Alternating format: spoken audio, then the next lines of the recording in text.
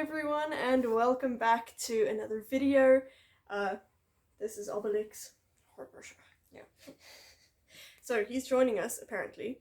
So just a couple of prefaces to this video. If the lighting is weird, I'm sorry. I'm using artificial lighting for the first time ever.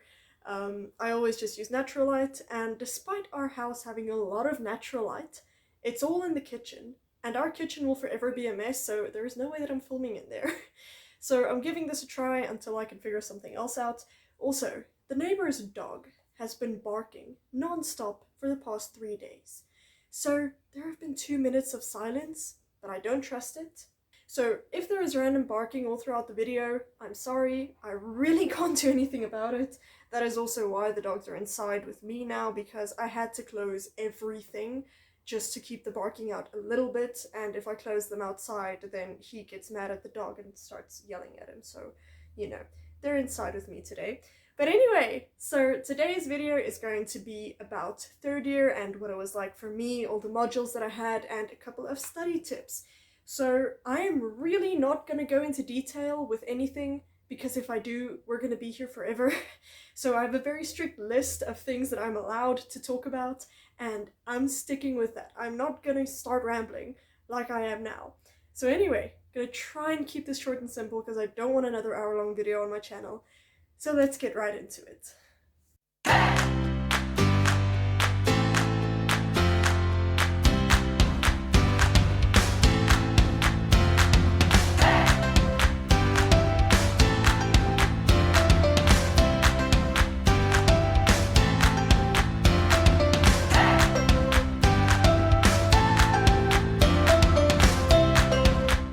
So first off, I just want to say that a lot of people have asked me which one I preferred between second and third year, and you know, what third year was like for me. I loved third year, but no one else did. I don't know why, but I liked third year a lot more than second year. I completely hated second year. I loved most of third year. Obviously, I had freak out moments, I had bad modules, but third year overall was a great year for me, so I really enjoyed it. But everyone else that I've talked to didn't like it at all, hated it, wished they could go back to second year. So yeah, I'm gonna start with our first module, and that is VME. I don't remember the codes at the ends because I don't remember. But anyway, so the first one is VME, and that is ethno-veterinary medicine. Let me just remember. It is a 1 semester module that you have in first semester. We had all year modules except for 2 semester modules that we had in first semester. So VME was really just, yeah, he's upset by the dog because the dog's barking again. So VME was really just the easiest module ever. It was really chilled. We had 30 pages of content for the entire semester. We had 1 semester test and 1 assignment, and then our exam. All of it was on the exact same work, which was those 30 pages. So it was a really chilled module. So basically, ethno-veterinary medicine tells you a bit more, not in a lot of detail, it's really just the basics, but it's more about traditional medicines instead of conventional medicines. So conventional medicines is basically anything that you would get at the doctor, and you know, stuff like that, where traditional medicines is more like herbs and plants and things like that. So it was a really interesting module. I enjoyed it, but really the most chill module that we had the whole year. The second one I'm just gonna mention because I have to, and that's VPL. We have it every year. I've mentioned it in my previous videos about first year and second year, and I'm over it. I did not enjoy VPL this year. We did have nice activities. One of the things that we had to do was that we had to go out to a school in Mamelodi, and we got to talk to one of the teachers. But yeah, VPL is basically life orientation for vets. Then GNS is our next module, and that is general surgery. So that was a really fun and interesting module. I was really excited for it. It was also only for 1 semester. But GNS was also not a particularly difficult module. It was really interesting, and this was also one of the modules that we had pracs in. So we had to do bandaging and stitches for our pracs, suturing. So that was a lot of fun. I really enjoyed that part. It was a bit of a mess up with us because we had it in first semester, but then campus closed by the time that we had our exams. So we could not have our practical exams. So we had to have them at the end of the year, so we had to redo all our studying for something that we had 6 months ago just to be able to do the final exam again. So your final exam for GNS is an OSCE, so you are not allowed to talk, you're not allowed to do anything. You walk in, you get a piece of paper with what you're supposed to do, and then you do it. Mine was horrible. The bandaging was fine. The stitches, the little tail of the one suture, like, lay right across the wound. So it took me so much time to get it out of the way of my knot because I had to tie my knot and it kept going in the way. So I didn't get to finish my tasks, but I did pass, so it's fine. So it was a very fun module. I really enjoyed the content, but it was really not an extremely difficult module, and I really enjoyed this one. The next one is VTP, which is Parasitology. So that was one of our more chilled ones, even though it does have a lot of work. So you basically have 3 sections. You have Helminthology, which is worms, ectoparasitology, which is stuff like flies and ticks and everything that's on the outside of the animal, and then protozoology. So you have the 3 sections and then you cover them throughout the year. You're also supposed to have practicals throughout the year, but for us, because of COVID and because campus was closed and all of that, we changed the schedule so that we had only classes for the entire first part of the year, and then just at the end of the year we had no classes and just practicals because we couldn't have pracs at the beginning of the year, so we just did it that way around. And I really enjoyed that because that also freed up a lot of time at the end of the year where we would have had classes that just gave me time to prepare for the exams and so on.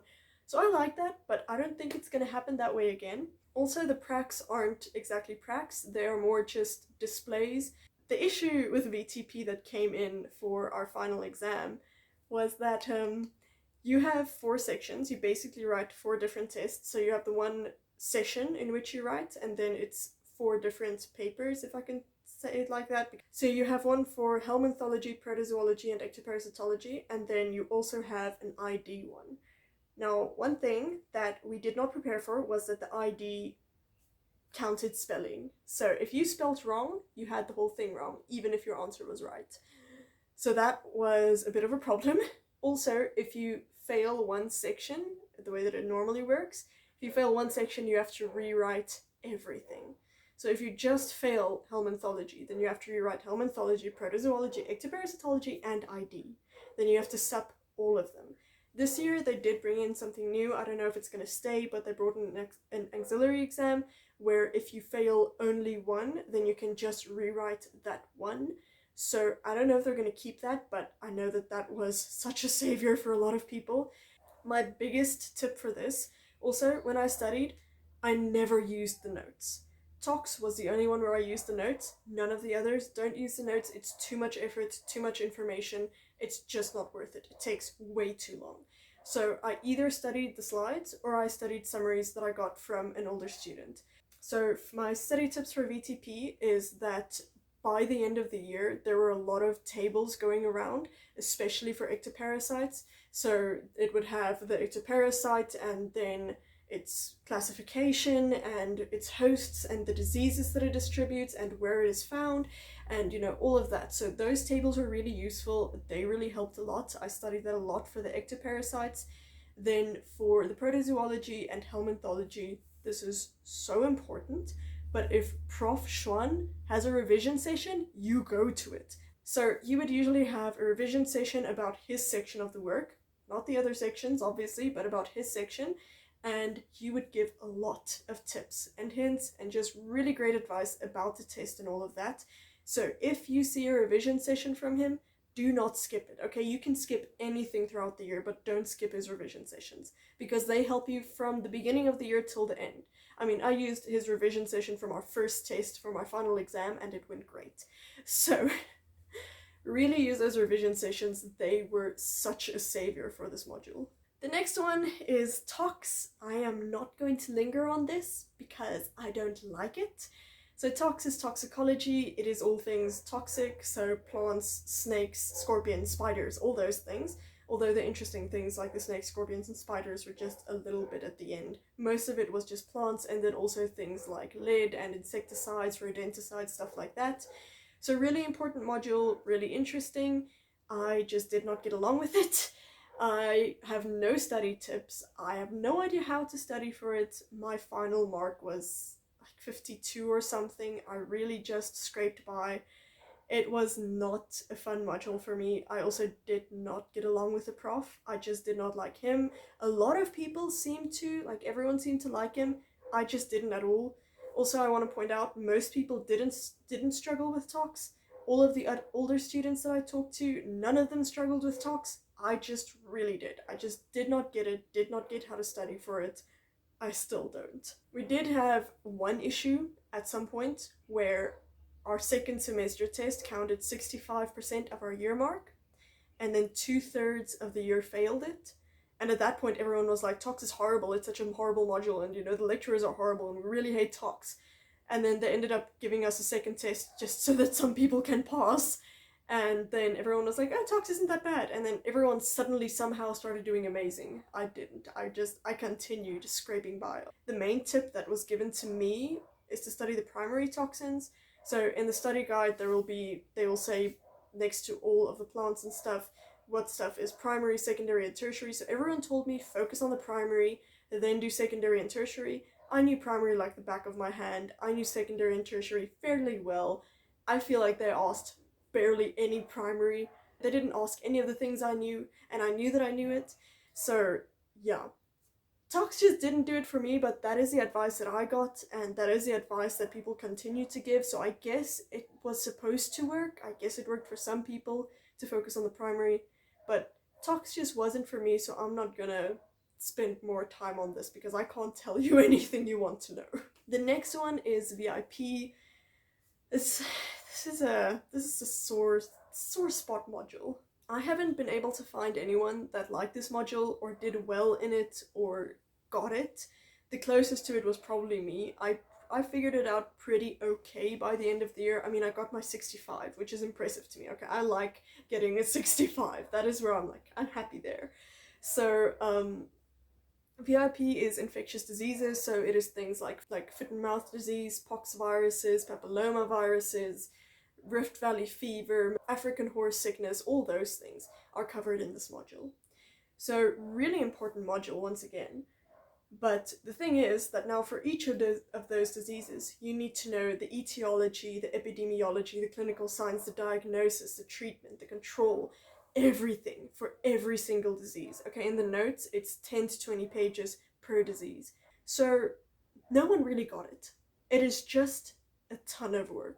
So it is also a very discouraging module because it just seems impossible to cover it, and honestly it is. So my biggest advice for this one, firstly, don't use the notes. Don't even try. It's really not worth it because it is so much information and it takes so much time and it is so many extra things that you really don't need. It wastes so much time, takes so much brain power. It is just, don't even try it. I tried it for the first test. I failed the first test. Just don't make the same mistake. What I did is I used the summaries from the older vet student that I got a lot of her summaries from. Then also throughout the year, a lot of things will pop up either from older students or from students in your year as they make summaries. So something that helped a lot of students was tables. So you would have the disease and then you would have columns with, the epidemiology, etiology, etc., each in one column. So that's really nice because it also makes it a lot easier to compare the different diseases, which is so important. I myself used mind maps because that's what I got from my friend, but whatever you get, just use the summaries. My main tip, the one that really made the difference for me, is to find a way to link every single characteristic to its own disease. So you have these 10 diseases with their 10 causes, and now you learn all the diseases and you know all the diseases, and you learn all the causes and you know all the causes, and you get in the test and you can't remember which cause went to which disease. It's like a match column A to column B situation and you are just lost. So the thing that I did for each and every characteristic that I knew I had to know, I would have all my diseases open all in different tabs on my laptop, and I would go to disease 1 and I would go through its epidemiology. Then I would go to disease 2 and go through that one's epidemiology and link the characteristics to the right disease, instead of just learning everything about the disease and then to the next disease and learning everything about it. because then you know that for a disease it has this and this and this and this characteristic, but you don't know which disease all these things go to. You know they go together, you know they're for the same disease, but you can't remember which disease it is. So you need to know it together and you need to know it apart, because they're never going to ask you for all of it for one disease. They're going to ask you for one thing from one disease. So you need to have everything linked to each other and most importantly to the disease. Also, there are 3 things that you can leave out for each disease. You can leave out clinical signs, pathology, and pathogenesis. Good morning. They will probably still ask 1 or 2 things about this in your tests, but it is usually really for 1 or 2 marks. So it is not worth spending all that time memorizing all that stuff, because it is quite a lot of information. It's not worth spending all that time to memorize all of that when it counts so little. So focus on the other things, especially treatment and control, because that is the most important part for you as a vet, is to treat the things and to keep it from happening. So I left all of those out all throughout the year. It really, I can tell you, it was not worth it to try and study that as well. I did read through it because, especially with the clinical signs, it is really nice because it helps you distinguish the diseases from each other, because that's like the main thing that you can see, that you can be like, oh, this is this disease because the animal has a runny nose, or this is this disease because the animal is bloated. So that helps for you yourself, but they won't ask a lot of questions on it. Okay, our next one is IVD. So IVD is Introduction to Veterinary Diagnostics, and it has 2 parts. It has the extremely fun and exciting part, and then the part that makes you go, oh. So we'll start with the fun and exciting part. So that is a part where you do clinical examinations on animals. So you learn the clinical examinations for cattle or ruminants, and then horses and small animals, so dogs, because we only have dogs on campus. So you do have practicals throughout the year, and then you go and you learn how to examine the animal, and then from that examination you will make a diagnosis. This was a lot of fun because this is really something that you are going to apply as a vet. You know, you are going to have to check the heart rate, check the breathing, you know, check for lameness, all those things. Also, this is a module that you will need your stethoscope in. So for those going to 3rd year, you do need your stethoscope, so start saving. A lot of people have asked what stethoscope to get or what is best, or should they go for expensive or cheap. I went for the expensive one right away, I'll be honest. We just decided that it is something that I'm going to continue using throughout my studies and afterwards, and it is something that I can use for a long time, so we invested early. You really don't have to. So I have a Littman Classic stethoscope. It was, I think, around 1,800 Rand, so it is pretty expensive. There are much cheaper options that you can get from places like Dischem that are for like 500 Rand or something. You can really do it for a lot cheaper. I think it's even cheaper than that. I really can't remember. I did this a year ago, but you know, you can really get away with a lot cheaper and they work just as well. A lot of people had the cheaper ones. They had no issues with it. Also, for my exams, I didn't use it once. I didn't use it in my practical test or exam, just in the practicals. How the practical exams work is that you go and then there are 4 cards that you get to pick from. So there are equines, small animals, and cattle, and then also clinical pathology. Yeah, clinical pathology, so ClinPath. And that is basically lab work, so it is stuff like blood smears, insulin agglutination tests, urinalysis. Also, I have a video on urinalysis and unboxing my Littman stethoscope if you guys want to watch that. So you pick a random card, and then whatever is on that card is a station that you go to. You go there, and then they have 10 minutes to ask you on a certain thing. So usually when you go to ClinPath, you have a certain procedure like a blood smear that you have to perform. If you go to cattle, they might ask you to examine the left side of the stomach, of the abdomen. If you go to dogs, they might ask you to examine the head. They will usually just ask you one thing. For example, my final exam, I got horses. They asked me to check the TPR. So that is temperature, pulse, and respiration, and then also hydration status. So they really just ask you one thing, which is really frustrating because you have to know everything because you have no idea what you're going to be asked.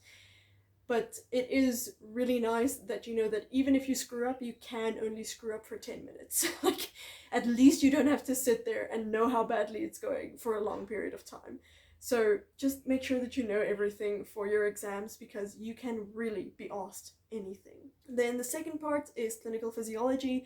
So for the second years, yeah, physiology's back. I did enjoy this physiology a lot more though because it was very applied and it was all to do with diseases.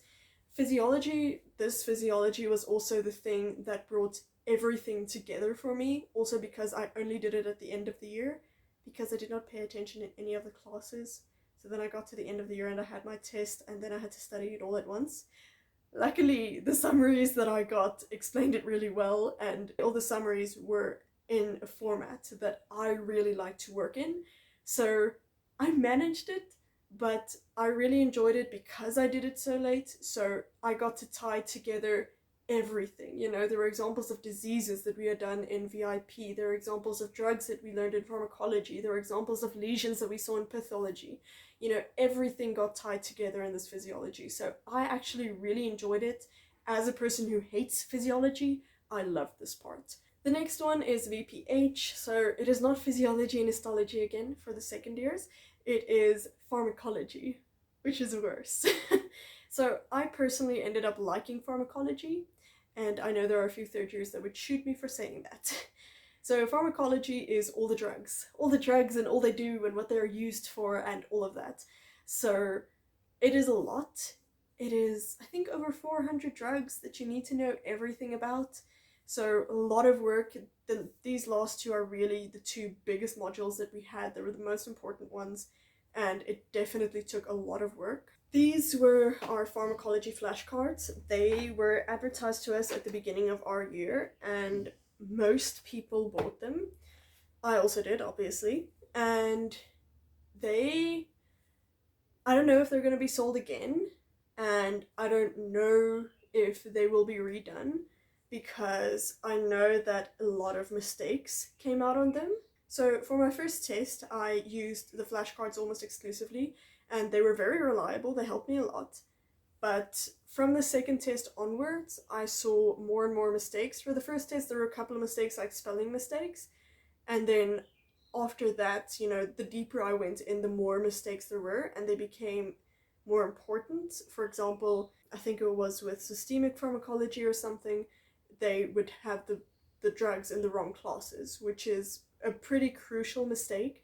So if those mistakes are fixed, I would recommend getting these flashcards because the format is really nice and the information is really nice. But I know that there were a few issues with them. I will not be putting out names of whose flashcards they are, who designed them or sold them or whatever, because I don't believe in shaming people on the internet. I just don't see the point. But I will just tell you my experience. I really enjoyed the flashcards, but there were mistakes on them. But I know that there was a whole setup being done to help fix the mistakes and for people to report the mistakes so that they could be reprinted and stuff. So if they were being sold again, then I'm pretty sure the mistakes would be fixed. Then I'm going to go straight into my study tips. My biggest one is to know your classes of drugs. Know what drugs are used for what and what are the classes of drugs. So know which drugs are used for the gastrointestinal system, which are used for the heart, for the respiratory system, all of those. You know your antibabesioal drugs. Guys, they always ask antibabesioal drugs. Always, at least one. So know the antibabesials, very, very important. Then as you go through your slides, also I use the slides a lot. The thing that worked best for me was to use the slides and the flashcards together to go through the slides for a more comprehensive overview, and then to go through the slides to just memorize the finer facts of each drug. But as you go through the slides, there will be stuff like tables and mind maps and stuff like that that will usually categorize the drugs into certain classes. So stuff like alpha-2 agonists, macrolides, hold on, I got this, halogenated salicylanilides. Guys, I study by reading things aloud. Saying salicylanilides so many times was horrible. But anyway, you guys probably won't even see her in the background when she's on a black blanket. You can't see anything. So you need to memorize those classes. You need to know which drugs go into which classes, and then you need to know the characteristics of the classes. So just to give you an example, say you know this class, and this class causes the heart to beat faster, or for like the airways to open up or something, and then you know that these drugs are in this class. You get to the exam, you see this drug, you can't remember the specific characteristics of this drug, but you know it's in this class, you know this class has these characteristics. That's where it comes in handy. So it just brings your workload down by so much to know the bigger picture than to try and memorize it for every single one. So know which classes you have, know the characteristics of the classes, and know which drugs go into which classes. And then the more important part is know the exceptions. So say that you have 5 drugs in this class and this class helps open airways. Except for this drug that doesn't do that. It does the other things that this class of drug does, but it does not open airways. Then you need to know the exception. For example, I still know this. Your inhalation anesthetics is halothane, isoflurane, and sevoflurane. I know them because they're in one of the tables. You need to know.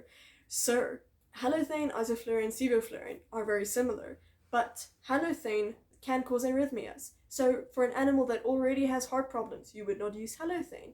Isoflurane is often used in birds and recovering horses. So if they go, hey, you need to use an inhalation anesthetic on a duck, which one would you use? You need to know that you're going to use isoflurane. You need to know the exceptions to these things because, for one, because these are the things that they ask.